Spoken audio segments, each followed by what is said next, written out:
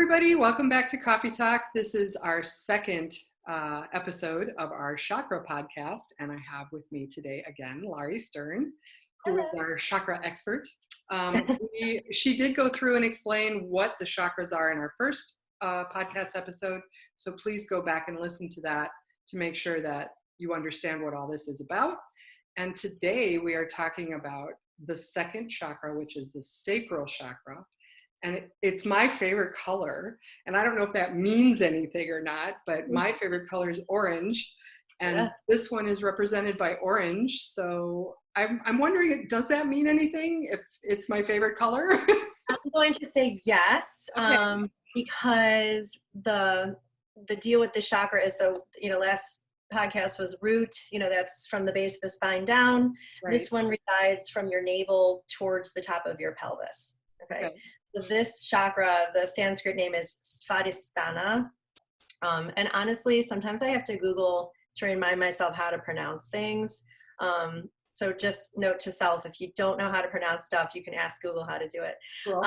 The element of this is water. It's a very feminine. I didn't bring my symbols with me, but you can sort of see behind me. It's got a crescent moon in it. So it's very feminine because you think about this area between our navel and our pelvic floor. That's where our sex organs reside. So male and female. And I remember in class, there's men that take my class, and I was like, we all have male and female energies, even though we might have external male and female looking parts. But we can all tap into the divine feminine, and that's what this chakra asks us to do. And yeah, the color's orange, and the reason I'm saying go with that is that you're a very creative person, and this chakra has to deal with how we create our joy and how we tap into passions. And because it also has to deal with the sex organs, it's about sexuality, sensuality, and how we express ourselves with those things, right? So the root chakra is all about I feel, it was grounding. This one, I'm sorry, I am, and this one is I feel, right? So this is all about our emotional body. Okay. So you express yourself via your productions, you're very musical. I'm very passionate. I don't think anybody would ever say that I'm not. Right. So you live your passion. Like you are, just by doing this, you're honoring your second chakra. The way it can become out of balance in your case, for example, is you spend all day doing podcasts, all day doing recordings, and you forget to go to the store or take a shower. Okay. So like exploring our passions is a really good thing, and then expressing our emotions is a really good thing. But when those things are out of balance, we can't really function well in our lives. Okay. So, how do you get back to that? Like, how do you fix that imbalance? If you notice painting all day, like I know so many creative people that are, they create all day long, all night long. So how do you fix that so that you can get back into so going back to the name of the chakra, the color of the chakra, one of the ways we can sort of bring ourselves back to balance is say the sound of the chakra. It's VANG. So we talked about that last time, vam, vam, vam, vam, vam, vam, and just sort of focusing on that word in your mind or that sound in your body. The vowel sound is oo, and the keynote is D, like David. Okay. So the way I describe this out of balance chakra is just what you said. Sometimes our more manic friends, and listen, there's actual disease, manic depression, right? When they're in a manic phase, this chakra, in my opinion, is way out of whack, right? And there's medication and there's therapies for that. I'm not talking about those people necessarily, but we can all sort of recognize within ourselves those days that we're just painting all day or singing all day. Or not doing anything, like we are emotionless. I feel like being stuck at home has really, really made us weight down in our ability to express ourselves and our emotions. We're not talking to people much. We're not seeing people much. I can't tell you the last time I sang because I'm in my house and I can sing as loudly as I want to. So I'm like kind of waiting for people to leave the house so I can sing loud. You should sing at home because you have a beautiful voice. But I'm just saying, like, when we're around other people, we have to sort of stifle ourselves out of respect. But then what does that do to us, right? How does that bring us out of balance? Well, that makes me angry, or it makes me sad, or, so you asked what to do. First thing is to recognize, I'm painting all day, I haven't washed myself. I'm singing all day, I haven't gone to the store. So when you're out of balance, just to notice that, or have a good friend say, hey, you smell, time to paint out, and so that is, the recognition. We talked about this last time. That's the hard work. We want to do what feels good. We want to stay in that space of, wow, this is awesome. I love this. But we can't operate at that vibration the whole time and function any more than we can operate in a way that we're not expressing ourselves at all. So, check in and tune in with your emotions. How do you feel? Are you sad all day long? What can you do to raise yourself out of that? Can you change your habit? Can you make a phone call? Can you get outside? Can you eat oranges and carrots and orange foods that will nurture the chakra? And in the same way, if you haven't been paying attention to anyone but yourself because you've been exploring your creative writing, your making music, it's time to sort of come back to earth and tap back into people. Yeah. Interesting. Yeah. The other challenge of the chakra too, I want to touch on, because it's really important, is this is where our shame resides. Okay.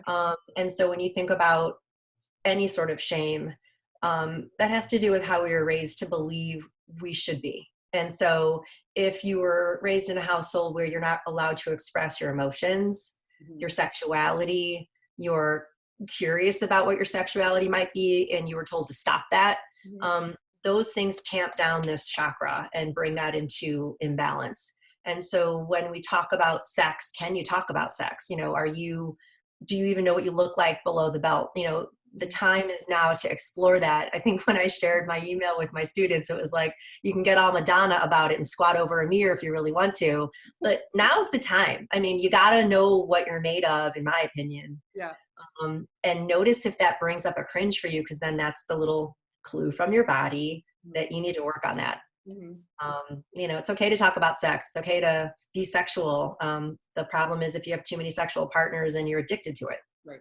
That's an imbalance. It's the other way. Yeah, exactly. Yeah. Right. Yeah. So it's kind of cool to think about, I'm passionate about the chakras.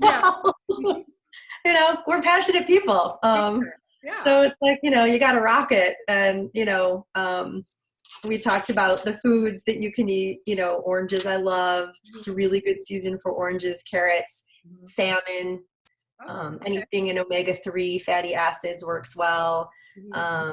Coconuts and orange spices like turmeric, cinnamon, like those kinds of things. And the element of the chakra is water. So if you that was interesting. I didn't know that either. I think that's so I'm an Aquarius, and that's like water is my sign. So maybe that's part of the reason why I'm drawn to this chakra too. Who knows? Yeah, for sure. Yeah. So, we can go visit the lake. We can dip our toes in the water, take a nice bath, take a long shower, turn on the sound of water. If you're wanting to meditate on the chakra, you can visualize that orange color. You can put on a piece of music that sounds like a rain shower or a waterfall, or just like a lapping pool of some calm water. When I think about this chakra, sometimes I just lay back and imagine my mat as a raft floating on water. An orange raft, or the water's orange, something orange. So there's no right or wrong. It's a personal choice how you tap into it. Yeah. And mudras. So I want to talk about the hand gestures for this one too. There's two or more, but the two that I'm offering, one is called Shakti Mudra, and it really taps into the divine feminine, which is also in the chakra. It's a mother. Shakti's the mother.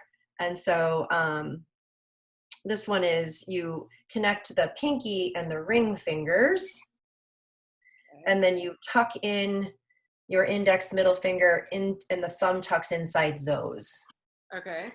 So again, it's like pinky, ring, thumb tucks into index and middle finger.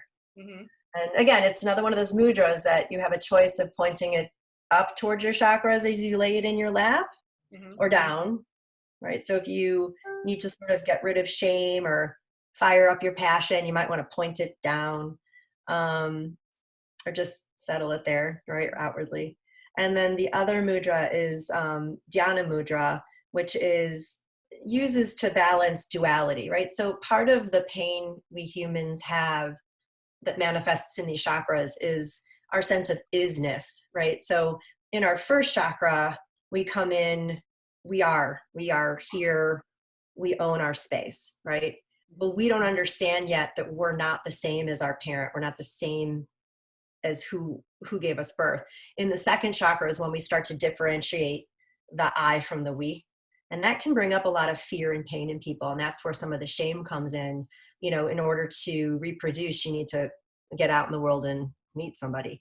And so bringing the other to connect is what this other mudra does. And you connect I just have to read because I forget this, the left palm on top of the right, like a little cradle.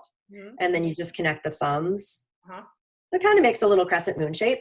And again, you just rest that at your navel center or just below in your lap. And that's a really nice way to honor the chakra too. And I like to imagine I'm cradling myself as a child, or if one of my kids is having some sort of imbalance, sometimes I'll imagine one of my kids here, or a little puppy. The leftover right is important because? Yes, because when we stack our hands, we literally bring the female and the male together, right? So we remember the Ida is the left side and the Pingala is the right side. And if we're too Ida in this chakra, we're too low energy. That's one imbalance, and too fiery, too passionate. So this is a way to connect those sides. Okay. So anytime our hands come together, even in the first mudra that I offered, you know, you're still connecting left and right.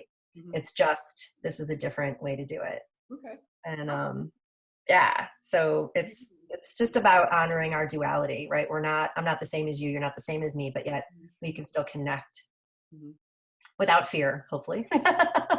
Yeah. That's a big deal, especially now, you know, everybody's afraid of everything. So right. It's kind of a big deal to not have that fear, or to figure out where to put it and how to deal with it. So yeah. And you know, I have a friend who's single, and she said that this man wanted to have a Zoom date with her.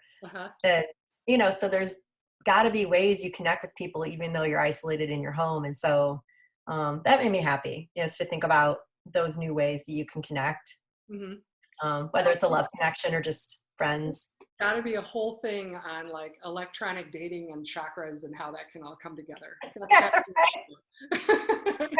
We got. This is where the X-rated selfies might come into play. You know, the chakra. You know? Oh, that's your business. Yeah.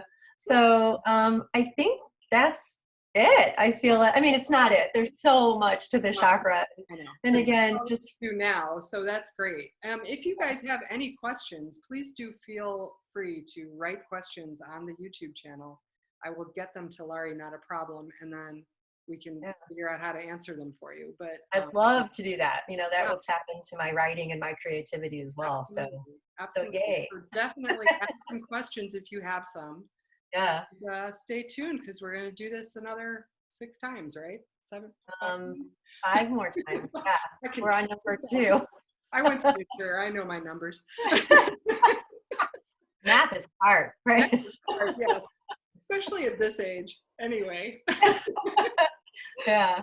Well, what I think about. It's really great to have you again, and we'll see you next week for the next one. Yeah, and thanks everybody for listening and just, you know, wanting to check out some new information, because, you know, that's always good too. Absolutely. Yeah. All right. Be passionate. Rock your chakras. Namaste. Namaste. Thank you.